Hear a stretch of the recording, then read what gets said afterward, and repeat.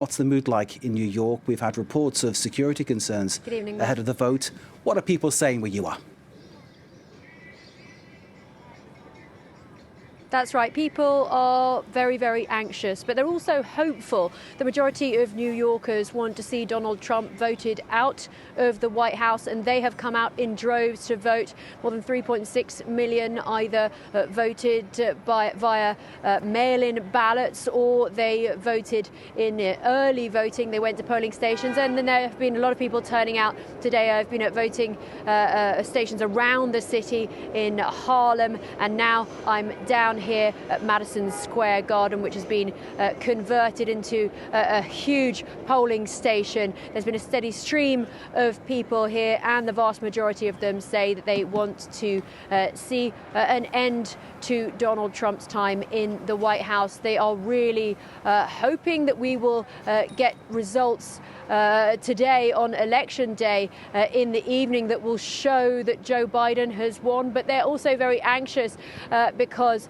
not all of the votes will be counted this Tuesday, and so there may be some wait. They're afraid that that Donald Trump will try to steal the election and prematurely announce that he's won when the ballots have not all been counted, or indeed cast doubt on the integrity of some of those mail-in ballots. So there's a lot of angst and concern here in New York City, and as you can see behind me, the bank behind me has been boarded up. There's plywood being put up around shops in the city on the main avenues. Macy's has been boarded up because there are fears that there could be protests as the results come out, and depending on what Donald Trump says.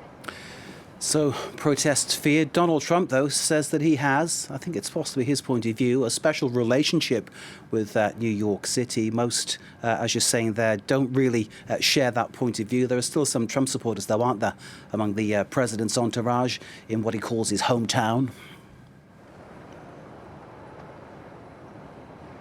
Yes, there are. In New York City, they are mainly in Staten Island. He has a staunch base there of blue-collar workers who support him. Also people working in law enforcement, police officers, firefighters.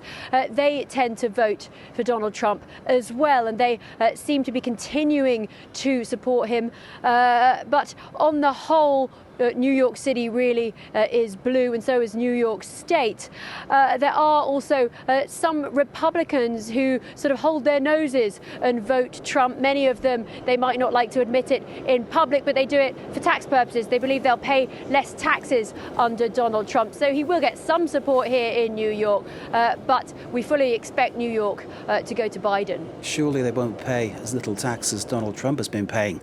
Jessica, thank you very much indeed. Jessica Le Masurier, our correspondent there, smiling as ever.